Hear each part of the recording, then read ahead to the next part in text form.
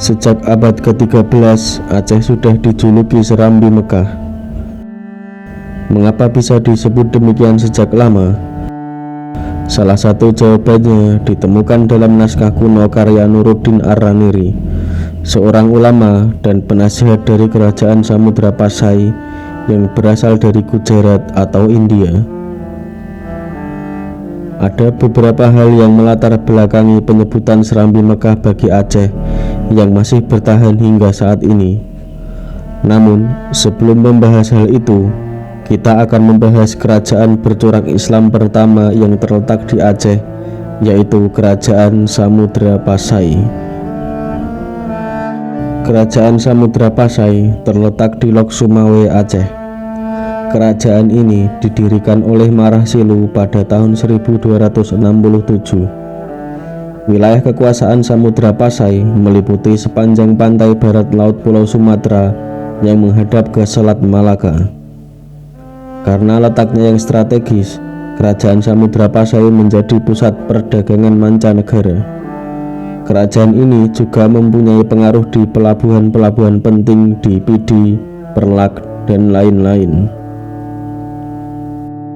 Bukti arkeologis mengenai keberadaan Kerajaan Samudra Pasai ditemukan di makam Raja-Raja Pasai di Kampung Gedong, Aceh Utara.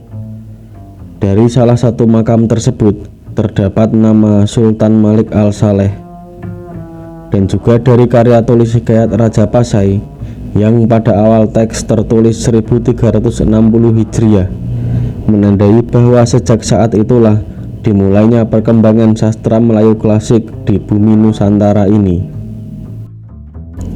Dari hikayat Raja-Raja Pasai juga diketahui bahwa Marah Silu masuk Islam berkat pertemuannya dengan Syekh Ismail, seorang utusan syarif dari Mekah. Setelah memeluk agama Islam, Marah Silu kemudian diberi gelar Sultan Malik Al-Saleh. Kerajaan Samudra Pasai kemudian berkembang menjadi pusat perdagangan karena dapat memproduksi sutra, kapur barus, dan emas.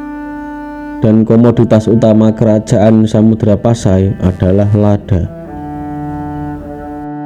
Pada tahun 1292, seorang penjelajah dari Venesia, Italia, yaitu Marco Polo, berkunjung ke Samudra Pasai dan bertemu Sultan Malik Al-Saleh.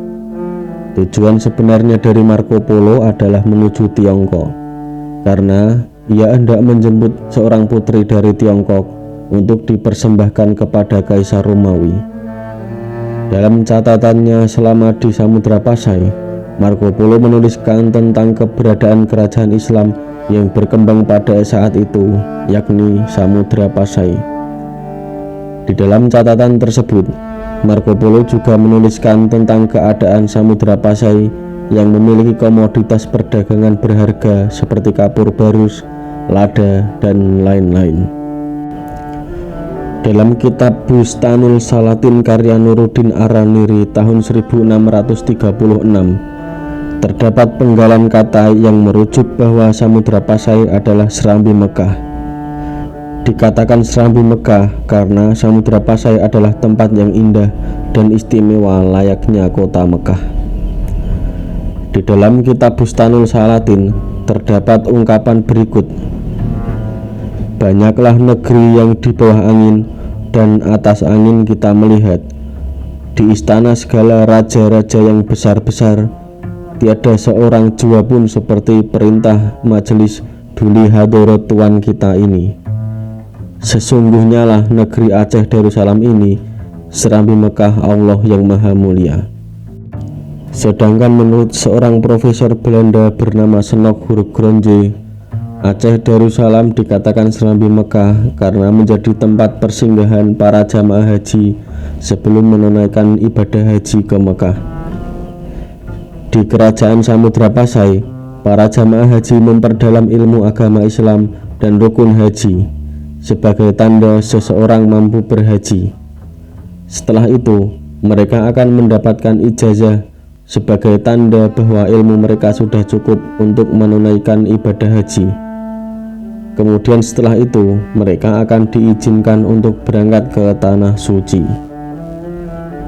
Dan kemudian kerajaan Samudra Pasai juga menerapkan berbagai ajaran-ajaran Islam di dalamnya, sehingga sangat melekat pada istilah Serambi Mekah. Hal ini juga disebabkan oleh adanya pengaruh dari pedagang Islam dari Persia, Arab, dan India sejak abad ke-7 dan abad ke-8 yang sudah singgah di Samudra Pasai.